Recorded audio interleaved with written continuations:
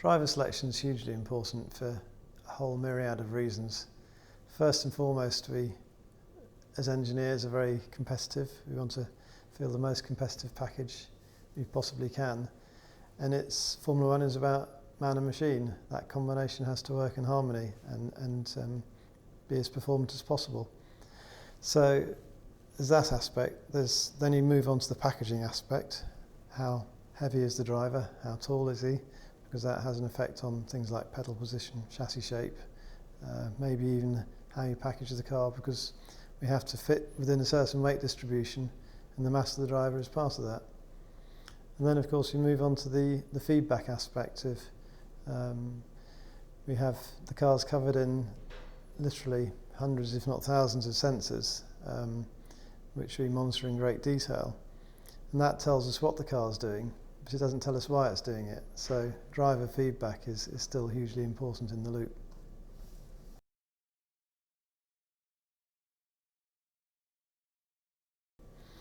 Known Daniel for some years because of his involvement in the Red Bull Young Driver Programme, and he's been very useful in his work on the simulator for us. Then obviously, as it became evident that Mark was going to be retiring at the end of this year, we decided to run him in the Young Drivers Test and took a great deal of interest in his feedback through that, which was in line with our race drivers, and therefore we were confident that he could drive the car in the way that would be complementary to how Sebastian drives his car.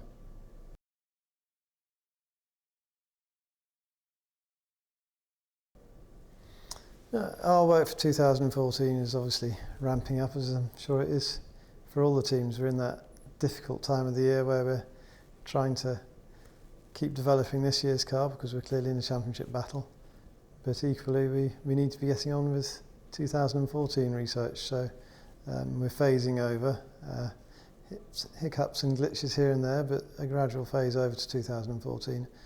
And the package is, as it has to be, fairly well advanced now. The major lead time deadlines for things like chassis monocoque, gearbox and so forth are very much upon us now.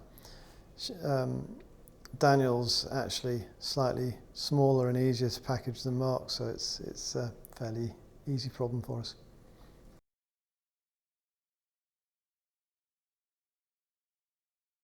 (2014) is a big regulation change, clearly, first and foremost for the power unit, and then secondly for various aerodynamic changes.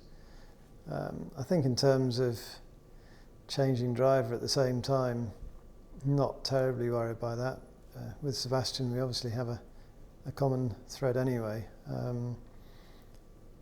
Daniel's been well accustomed to driving the current cars, albeit at our sister team STR, but he has a good knowledge of the current regulations, current batch of cars, so I'm sure he can contribute to the workload that will inevitably be very, very high in January and February.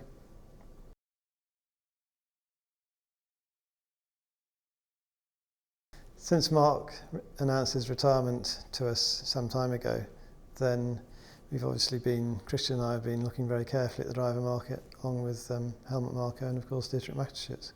And there have been various avenues we could have taken.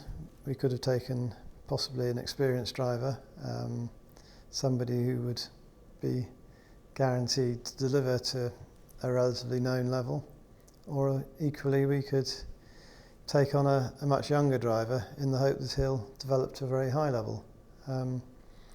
We looked around at the latter option and really came to the conclusion that of the younger drivers, then the most promising driver was indeed Daniel. And of course, from Dietrich and Red Bull's point of view, then that also fitted very well, because it's a vindication of the whole Red Bull Young Driver Programme, that the driver that Christian and I felt was the most promising of the young drivers is part of that programme. I'm very hopeful. I think certainly when he first tested for us at the Young Driver Programme in Abu Dhabi a couple of years ago, then he showed real speed. He's been very good on the simulator, assisting us in the simulator, and I suppose in some ways, to me, it reminds me a little bit of a similar debate we had when I was at Williams many years ago, where Nigel Mansell was leaving the team, and it was who was going to drive us alongside Alain Prost, and it was kind of stick with Ricciardo Patrese or take a punt on a young driver called Damon Hill, and who was our test driver at the time. And I think this is a similar thing. It's I think it's good to bring young blood in and give them a chance.